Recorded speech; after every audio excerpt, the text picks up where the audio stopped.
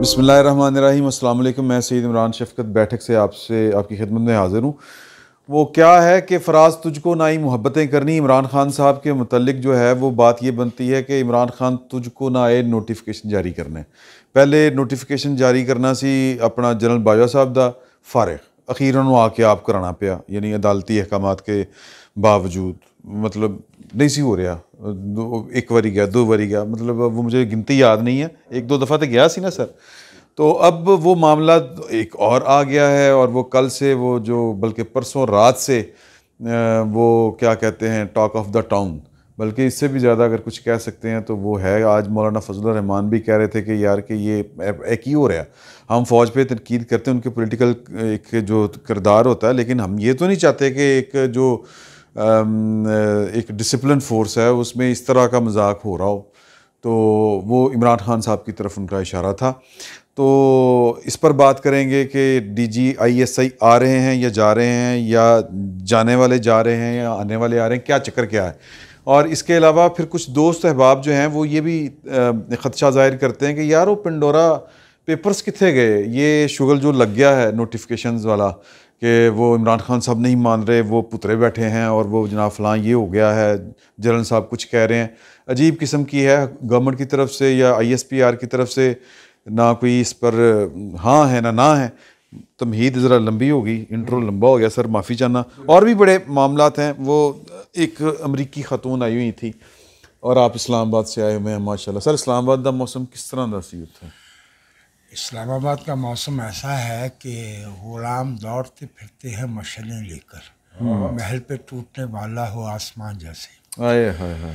तो ये बातें जो हैं ये तो बुध वाले दिन जो प्रेस रिलीज़ 4 घंटे के वक्फे से प्रेस रिलीज़ दूसरी जारी हुई है जी। ये नहीं होता कि एक मनसब खाली हो, हाँ। उस पर जो फायज अमाल अहलकार जो भी आप कहें उन्हें कहीं कोई दूसरा फ़र्ज सौंपा जाए तो उसकी रिप्लेसमेंट कि उनकी जगह पे कौन आ रहा है वो ना बताई जाए। वो नहीं बताई गई प्रेस रिलीज में। जी नहीं बताइए। क्योंकि ISI के चीफ की जो अपॉइंटमेंट है ये वज़ीर आज़म को करना होती है, तो वहाँ से आनी चाहिए थी। लेकिन 4 घंटे के डिले के बाद बिल आखिर वो भी ISPR ही से आई।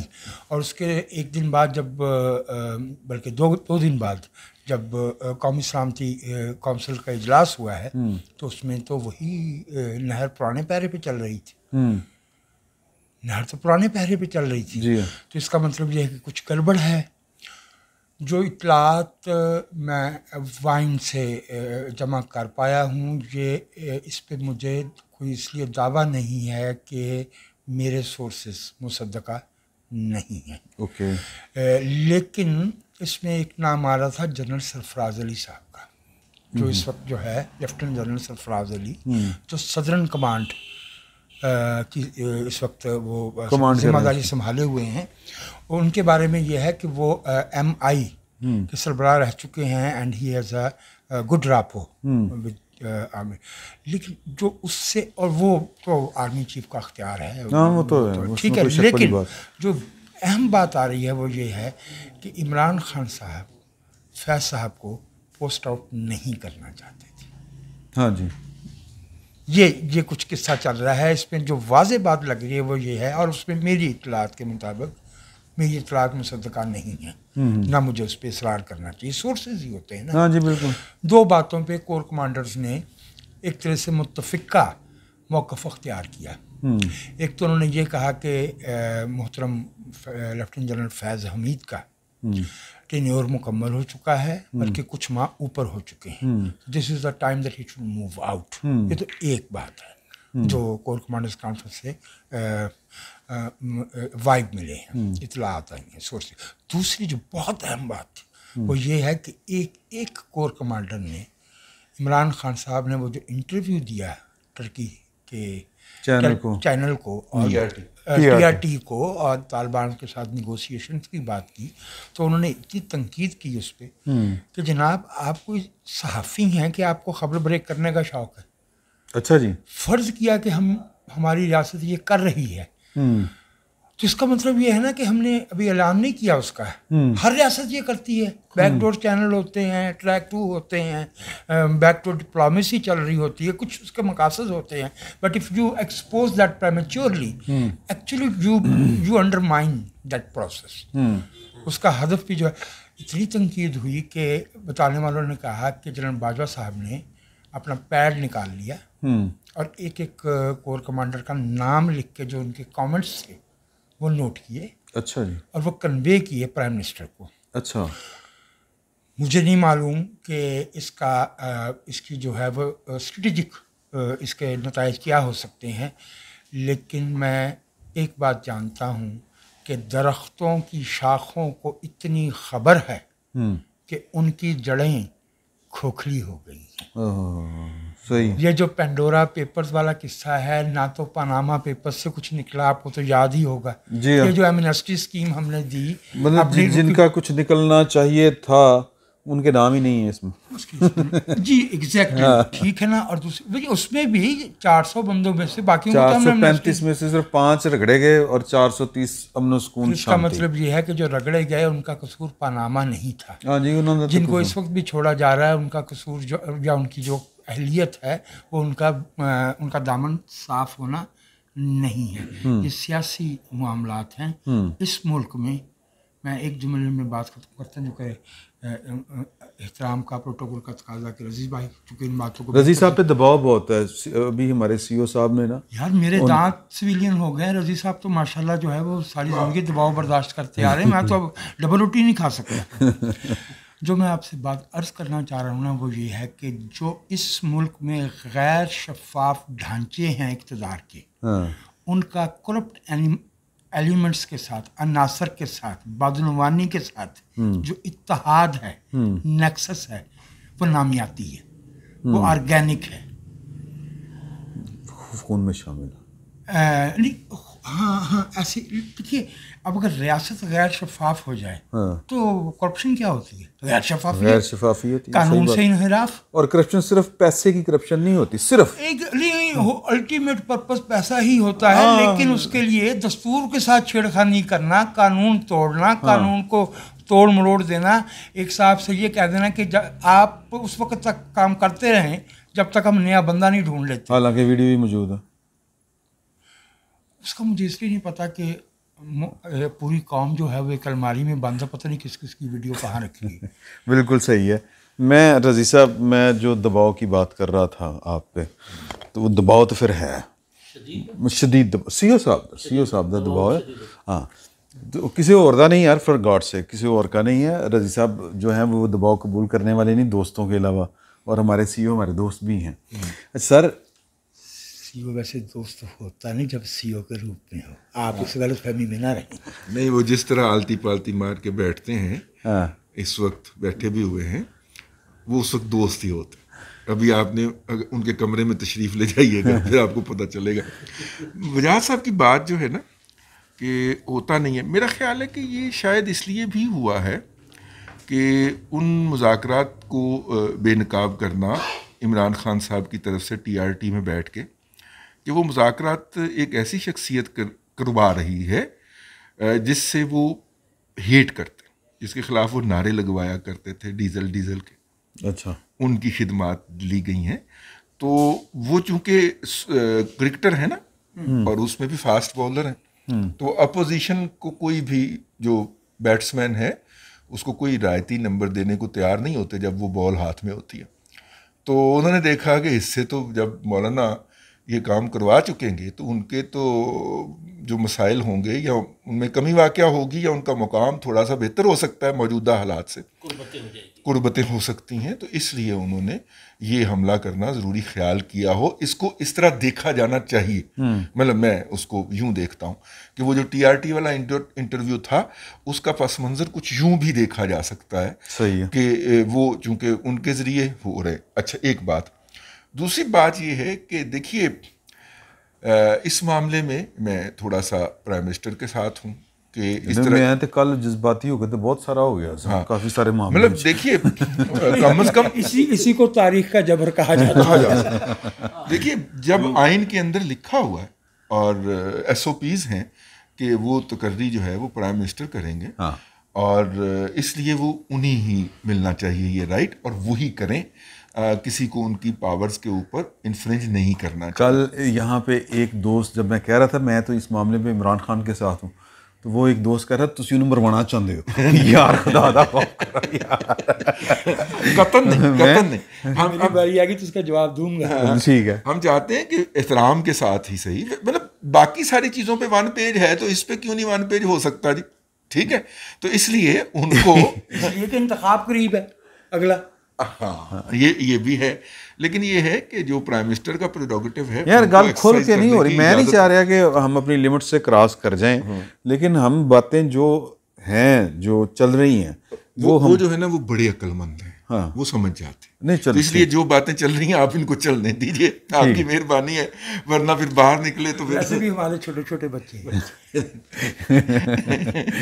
तो इसलिए बहरहाल एक ऐसा इशू है, मेरा ख्याल है कि जब वेंडी चैम्बरलेन, क्या नाम है उनका, वेंडी शर्मन, वो मैं तशरीफ अवैध लाई हुई, शर्मीन समझ रहा हाँ, था शायद हो गई। लेकिन वो जो तशरीफ लाई हुई थी जब, तो उनकी मौजूदगी में अगर हम ये अपने गंदे कपड़े ना धोते तो ज्यादा मुनासिब होता, क्योंकि वो जिस तरह की जुबान बोली है उन्होंने, और जो इंडिया में जो बात की उन्होंने वो उनके साथ बैठ के गोदरेज साहब के साथ, यहाँ पे भी उसी तरह की करके गई है।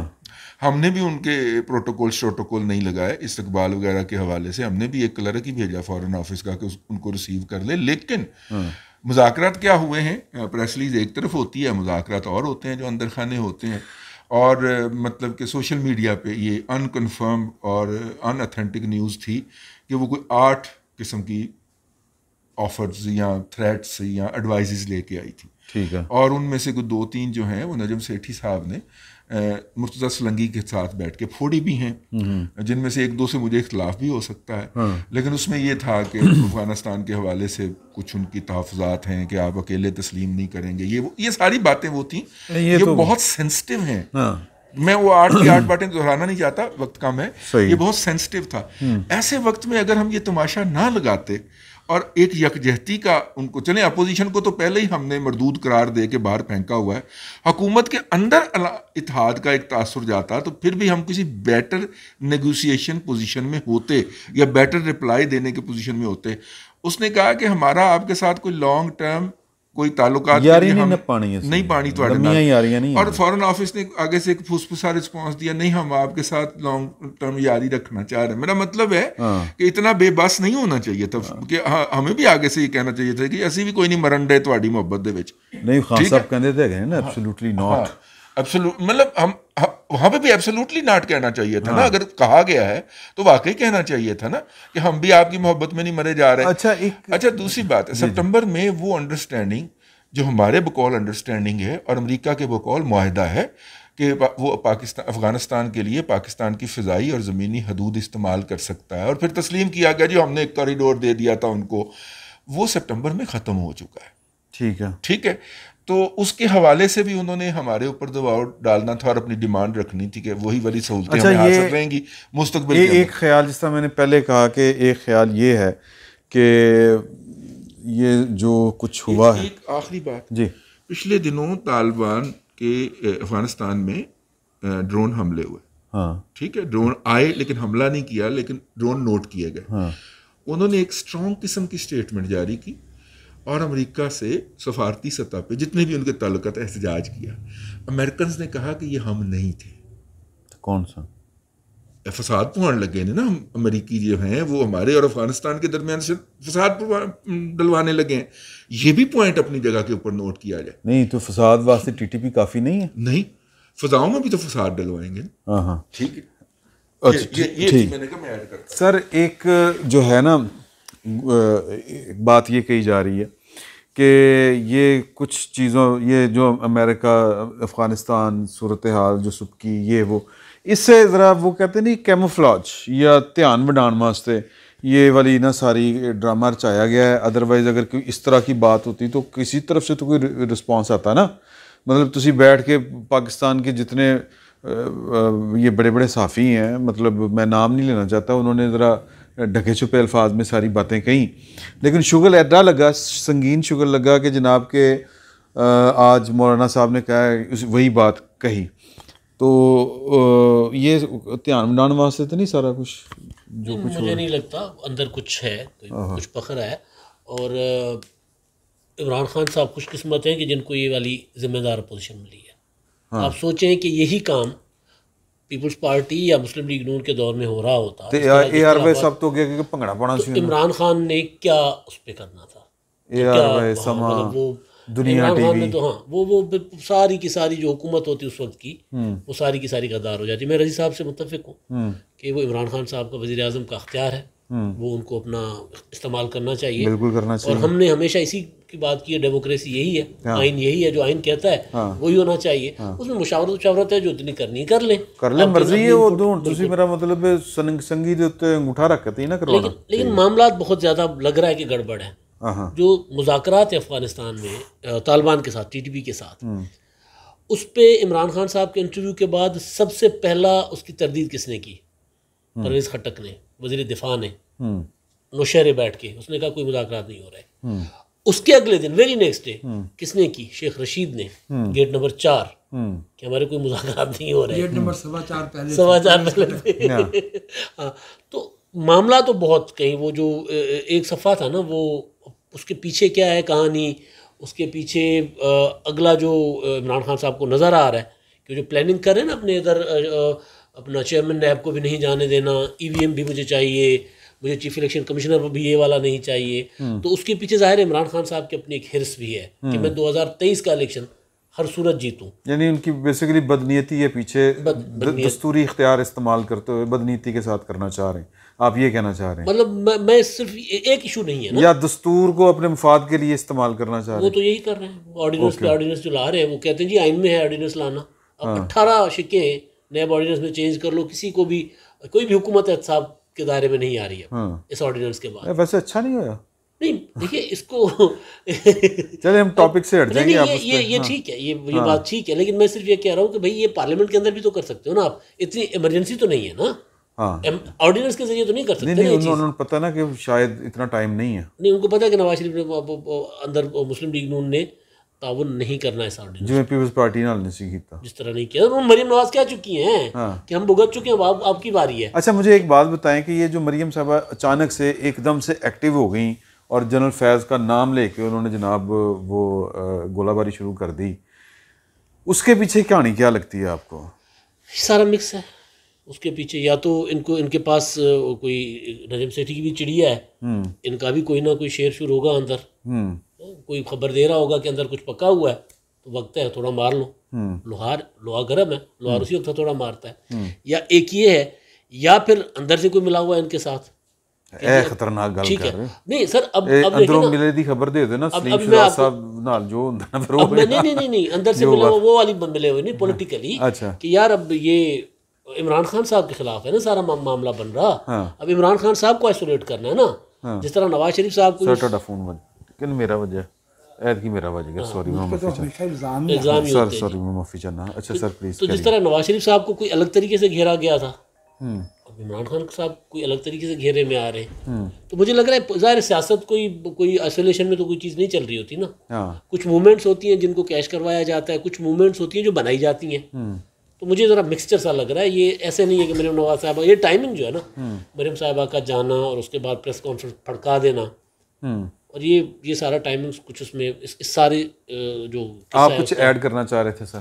भाई मैं गौर साहब ने लंबी गल करनी, मैं 2-3 इशारे दिए थे। तो तो ये जो कहना है ना हम जैसे दोस्तों के बारे में कि आप इमरान की हमायत इसलिए कर रहे हैं कि आप उसे मरवाना चाहते हैं। हमने क्या मरवाना भाई किसी को। ये बरहम होने वाली महफिल खुद ही बरहम हो जाती है। हम कह के हुए बदनाम के साकी रात गुजरने वाली है। एक इशारा मैं आपको दूंगा कि ये जो हम कह रहे हैं ना अंदर से ये हो रहा है और ये हो रहा है और ये हो रहा है, तवज्जो आपकी दिलाना चाह रहा हूँ। जिस लबो लहजे में नवाज शरीफ साहब ने लंदन में बैठ के ये कहा कि एहतसाब अब होगा, हाँ जी, ये लबो लहजा एक सियासतदान में उस वक्त नहीं आया करता है। ये जो हमारा मुल्क है ना, इसमें जो इक़्तिदार के मतवाज़ी कुछ मराकज़ बन जाया करते हैं, वो इतने ताकतवर नहीं होते क्योंकि एक मरकज़ जो है वो सब फैसले कर सके, जो हम इस ज़मन में भी देख रहे हैं बिल्कुल। पीएम हाउस और दूसरे मामलात में। मामले। मेरी ये राय है कि पाकिस्तान इस दिन फिक्स, पाकिस्तान एक मुश्किल मरहले से गुज़र रहा है और जो इंटरनेशनल कम्युनिटी है उसमें कुछ बातें चल रही हैं। ये वाली तवानाई जो और ये कैटेगोरिकल लहजा, अव्वल तो नवाज शरीफ कैटेगोरिकल लहजे में बात आमतौर से करते नहीं हैं। इज़ एन ओल्ड पॉलिटिशियन, वो कम वो हैं, बात को 72 दफ़ा सोचते हैं, 70 दफ़े रोक लेते हैं, 2 दफ़ा करते हैं। ठीक है, लेकिन ये जो उनका कहना था, मैं इसमें कुछ वो देख रहा हूँ, ये जो इमरान खान साहब का मामला है ना, देखिए इस वक्त मैं बहुत एहतियात से ये अर्ज़ कर रहा हूँ कि सेंट्रल पंजाब और मुल्क के दूसरे हिस्सों में लोग वाज़े तौर पे इमरान खान साहब की बजाय किसी और को अपनी मुश्किलात का ज़िम्मेदार ठहरा रहे हैं। So let's expect a few changes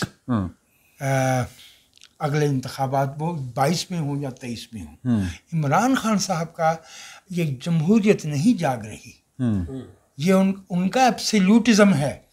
absolutely not तो नारा है ना, तो जो असल उसके पीछे पॉलिसी है वो एब्सोल्यूटिज्म की है। लेकिन हमारा मसला है ना सर, हमारा मसला ये है कि हमें तो दस्तूर की बात करनी है ना, हमें तो दस्तूर की बात करनी है, वो हम करेंगे भी। वो उनकी वो एब्सोल्यूटिज्म जो उनका ज़ाती मुफाद हो, जो उनका तो होता ही है, अख्तियार है, हम उसके लिए सपोर्ट हमेशा करेंगे। उनका क्या, जो भी वज़ीर आज़म होगा, हम क्या नवाज शरीफ साहब के हमेशा हामी थे? क्या हम जो है वो 15वीं तरमीम के हामी थे? नहीं, बल्कि वो मैं ये हमारे सीओ साहब भी गवाह हैं और भी लोग गवाह ने। मैं तो कहना ਜਦੋਂ ਲੋਕਾਂ ਨੇ इमरान खान ਦੇ ਜਿਹੜੇ ਹਾਮੀ ਨੇ ਉਹਨਾਂ ਨੇ ਖਿਲਾਫ ਹੋਣਾ, ਅਸੀਂ ਇਹਦੇ ਹੱਕ 'ਚ ਉਦੋਂ बोलना करना है। हमारी बदकिस्मती है कि हम तारीख के सही समत में होते हैं, गलत वक्त पे होते हैं।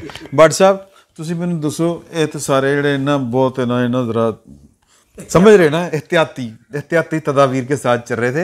मैं ये नहीं कह रहा कि हमें बहुत ज़्यादा बेहतियाती करनी चाहिए, लेकिन यार जड़ियाँ गल्लां हो रही ने वो बड़ियाँ अजीबो गरीब ने। मिसाल के तौर पर हमारे यहाँ पर एक दूसरे को वज़ीर आज़म कौन पूछता यार, ਐਵੇਂ ਤੁਸੀਂ ਗੱਲਾਂ ਕਰਦੇ ਵਜ਼ੀਰ ਆਜ਼ਮ ਮਕੜਿਆ ਬੈਠਾ, ਵਜ਼ੀਰ ਆਜ਼ਮ ਮਕੜਿਆ ਬੈਠਾ, वही है ना, हमारे पास तो वही है, ਤੇ ਉਹਨਾਂ ਦੇ ਕੋਲ ਉਹ ਹੈਗੇ ਨੇ। ਸਰ ਇਹਦੇ ਬਾਰੇ ਤੁਹਾਡਾ ਕੀ ਖਿਆਲ ਹੈ? अच्छा नहीं, पहली गल है कि बल्कि उर्दू में आपने मुझे कहा था, नहीं अच्छा वो रुकनी नहीं आ जानी बार। अच्छा मैं ये कह रहा हूँ कि पहली बात तो ये तनाव है, और मैं जाहिर है कि ना इस्लामाबाद गया हूँ, ना मेरे ऐसे कोई सोर्सेज हैं। मैं तो 3 लोग जो हैं उनका आपको मैं हवाला दे सकता हूँ, बड़े मुस्तनद किस्म के लोग हैं। एक तो हैं जनाब आसमा शराजी साहब, उन्होंने ये कहा है कि जनाब वो फौज को कितना जानती हैं, मैटर हैज़ बीन रिजॉल्व। अच्छा, लेकिन अभी गर्द बैठी नहीं। ओके, ठीक है, गर्द अभी उड़ रही, दिल में तो दूर तो फिर रह जाती है ना। दूसरी बात जो है वो ये है कि दूसरे एक साहब हैं आरम ईद भट्टी साहब, अच्छा जी, उन्होंने फरमाया है कि जनाब जो 4 हजरात रात को मिशन रावलपिंडी पर गए थे वो नाकाम आए हैं, या अल्लाह रहम फरमाई। अच्छा, ये उनका ट्वीट है। ओके, रावलपिंडी तो माफी मांगने गए, ये मैं नहीं पता उनकी ਕਰਨ ਗਏ ਨੇ। ਦੋ ਹੀ ਕੰਮ ਹੋ ਸਕਦੇ ਨੇ ਰਾਵਲਪਿੰਡੀ, ਜਾਂ ਤੁਸੀਂ ਲਾਹੌਰ ਆਉਣਾ ਹੋਵੇ ਤੇ ਉੱਥੇ ਡੈਵੋ ਦੀ ਬੱਸ ਹੈਗੀ ਹੈ, ਤੇ ਦੂਜਾ ਜੇ ਉੱਤੇ ਜਾਣਾ ਹੋਏ ਤੇ ਉੱਥੇ ਉਹ ਸੈਂਟਰਲ ਜੇਲ੍ਹ ਹੈਗੀ अडयाला। तीसरी जो है ना अरशद, यार 3 वज़ीर आज़म ਉੱਥੋਂ गए हैं ना, मैं तद कह रहे हैं। तीसरे हैं जी अरशद साहब, अरशद शरीफ साहब ने एक क्लिप लगाया है मुकद्दर का सिकंदर फिल्म का, बड़े बाखबर आदमी। हाँ, और उन्होंने कहा जी कि मैं तो यानी उस पे डायलॉग भी लिखे जो रेखा कह रही है बच्चन साहब के बारे में, चोट लाया लगा के तो चोट नहीं, उन्होंने कहा कि बहुत गहरी चोट खाए हुए हैं आपके दोस्त, जल्दी इन्हें लाइएगा, जब तक ये नहीं आएंगे दोबारा मुजरा नहीं होगा। ठीक है, और साथ उन्होंने नीचे ये लिखा है कि मैं तो मुकद्दर का सिकंदर देख रहा हूँ, आप क्या कर रहे हैं। ओके, ठीक है। सो अब ये है सारा मामला। अच्छा, कल तो फिर बड़े गाने चलते रहे ना, 8 बरस ये लोग 90s में नवाज शरीफ साहब को मुकद्दर का सिकंदर कहते रहे। हाँ जी, अकल के अंधे नवाज शरीफ की ताकत को नहीं जानते, ये शेख रशीद साहब कहा करते थे, रशीद साहब कहा करते थे, हारून रशीद साहब भी कहा करते थे। हमारी मुश्किल ये है कि हमारी तारीख में जहाँ जहाँ सहाफ़त हो या सियासत हो, रशीद आया ना हमारे लिए कुछ मुश्किलात पैदा हुई। अच्छा, अब एक और हमारी तारीख का बड़ा दिलचस्प पहलू है। हाँ। बहुत घबराते हुए, मैं तो ये भी नहीं कह सकता कि वो नाम है क्या, लेकिन मैं उसका ये बता देता हूँ कि काफिया रशीद ही है। एक तो वो 69 में आए थे याह्या खान साहब के नायब के तौर पे, खान साहब नाम उनका रशीद के काफिए पे था। दूसरा वो 88 से 92 तक हमारे जो मियां इमरान खान साहब के अतालिक भी कहलाते थे। अभी इंतकाल हुआ 2015 में। वो भी ये दाल ही था। वो भी यही का, दाल था। वो भी यही रतीब थी। अब यहाँ फिर एक दफे दिले मुश्ताक ठहर जा, वही मंजर आया। वही एंड में ये। अच्छा, अब ये जाहिर है वजाद साहब की अपनी एक तरीक़ेकार है चीज़ों को एलेबोरेट करने का। लेकिन मैंने जो आपको 3 ट्वीट्स बताए, ये 3 लोग जो हैं इनके साथ हमारा मेरा ख्याल नज़राती इत्तेफाक कम अज़ कम नहीं है बहुत सारे इश्यूज़ के ऊपर, ठीक है, और ये एक हेल्दी बात है। लेकिन ये तीनों असहाब जो हैं ये काफ़ी ज़्यादा बाखबर हैं। मेरा ये ख्याल है, खासतौर पे इस्टेब्लिशमेंट की हवाले से वो काफ़ी बाखबर रहते हैं, ठीक है। अच्छा, अब वो ये कह रहे हैं, अब जहाँ तक बात है ना कि जनाब वो जो कह रहे थे भाई अड़िया पे है, वो कह रहा था डट के खड़ा है कप्तान, वो कह रहा था अड़ के खड़ा है, वो कह रहा था डर के खड़ा है, ठीक है। अच्छा, अब वो मैं ये समझता हूँ कि ये ज़ेब दास्तान के लिए गुफ्तगू है, ठीक है। जारा पहलवान ही होता भाएं, ठीक है ना। तो इस कमरे जारा कल्ला भी आई ना सारे ने भारी चुक के मारे। हाँ, सो वो जारा पहलवान ही होता है। अच्छा, ये भी कहा गया, ये बात भी ये कह रहे हैं कि जारा पहलवान ने अगर अंदर वाड़ की कुंडी ला ली है, वो सुनया कुंडी लग गई सी, सुनया कुंडी लग गई सी, तो फिर जो कुछ करना जारा पहलवान मजाक नहीं कर सकते, मजाक भी ना करिए। अब ये जो बात इन्होंने की है ना सर, वो एक इतला ये कि जिस तरह आसमा शराजी साहब ने कहा है, नहीं आज तो वो सिस्टम नहीं है अपना, उत्ते भी जा सकते हैं यार। वो आसमा शराजी साहब ने कहा ना कि मामला तय पा गए हैं, तो वो तय तो फिर कुंडी पा गई होंगे है ना। अच्छा, मैं ये कह रहा हूँ कि जो वजाहत साहब ने फरमाया कि मियाँ नवाज शरीफ साहब का निकाह के एहतसाब तो हम करेंगे, अब होगा। एक कहकहा मियाँ साहब ने लगाया इस सारी सूरत हाल के ऊपर, मकाफात अमल शुरू हो चुका। उनसे सवाल किया कि सर क्या मकाफात अमल शुरू हो गए, तो मियाँ साहब ने कोई गल नहीं की, बुआ कोई गड्डी बैठे थे हंसते हुए बैठे, हुण वो हासा समझो। अच्छा, ये बात ध्यान में रखें कि मियाँ नवाज शरीफ जो है ना वो क्या भाई ये बार बार कह रहे थे हुण केड़ियां सियासतां ते होंदियां साडे दौर च है जी, नहीं हुण कोई सियासतां ने सियासतां होंदियां सन साडे दौर। अच्छा, वो उस दौर दा सियासतदान है, ठीक है। और मियाँ साहब जो है ना वो ताजर है, ये बात ज़हन में रखिएगा। पेशे के एतबार से हासा भी उसले हंसते हैं जिसले फायदा हो यार। नहीं देखें, बदकिस्मती है, बदकिस्मती है जी कि अगर किसी रियासत का बंदोबस्त दस्तूर कानून और किताबे कानून के मुताबिक ना हो, तो उसमें जो बाखबर भी होता है उससे बड़ा बेखबर कोई नहीं है। बहुत अहम एक बात रहेगी। आप तीनों साहब ने पहले कहा कि जी आइन के तहत प्राइम मिनिस्टर का इख्तियार है, है ना। मैं आपके साथ माजर के साथ मैं ज़रा क्लियर करना चाहता हूँ कि ये 1951 का एक मेमो था जिसके तहत ये किया गया था। ये एक एग्जेक्टिव ऑर्डर था, इसमें कोई रूल्स नहीं बने, कोई बाकायदा तौर पे लीगल फ्रेमवर्क इसका नहीं बनाया गया। नहीं ठहर, मैं इसका कानूनी जवाब दे सकता हूँ। लीगल फ्रेमवर्क इसका नहीं बनाया गया था, ठीक है। ये ऐसे ही है कि जैसे पहले ये बात चलती आ रही थी ना कि आर्मी चीफ की एक्सटेंशन वज़ीर आज़म कर सकता है, ठीक है। सर, जहाँ पे दो टोक कानून ना हो, वहाँ पे जो रीत और रिवाज चल रहा हो ना उसको फॉलो किया जाता है। ये बात आप कहें, ये एक रवायत थी। हाँ, और ये रवायत बाज मानों में रवायत जो है ना वो कानून पे भारी पड़ती है। बाज मामला मैं नहीं, आईनी मामला पहले भी नहीं सी, लेकिन बहरहाल चले छोड़ें इस बात को। जहाँ पे मैं कह रहा हूँ ना कि जहाँ पे कानून ना हो और बाज मामला में कानून पे रवायत भारी पड़ती है। चलें सर, वो मेरा ख्याल है कि टाइम काफ़ी हो गया। हाँ, इस सेगमेंट को क्लोज करते हैं यहाँ पे और फिर वापस आके अभी बड़ी वो क्या कहते हैं तिश्नगी अभी कायम है, यही गई ना सर मेरी उर्दू। बाकी ये तो भाई प्यास जो है उम्रों की है, तो आप 15-20 मिनट में दूर कर नहीं पाए। नहीं हो किसी का सकता। लफ्ज़ इस्तेमाल कर 20 मिनट बाद इसका इस्तेमाल कर देंगे हम, आप बेफिक्र रहिए। और आप खाना खाने जाएंगे। और ਇੱਥੇ ਹੀ ਖਾਣਗੇ ਸਰ, ਅਗਲੇ ਖਾ ਗਏ ਨੇ। अगले इंतजार कर। और बुका लेने दे होना। तो ये आप मुलाहिज़ा फरमाएं और हम थोड़ी देर बाद दोबारा हाजिर हो रहे हैं आपकी खिदमत में। फिल वक्त इतना ही, बहुत बहुत शुक्रिया।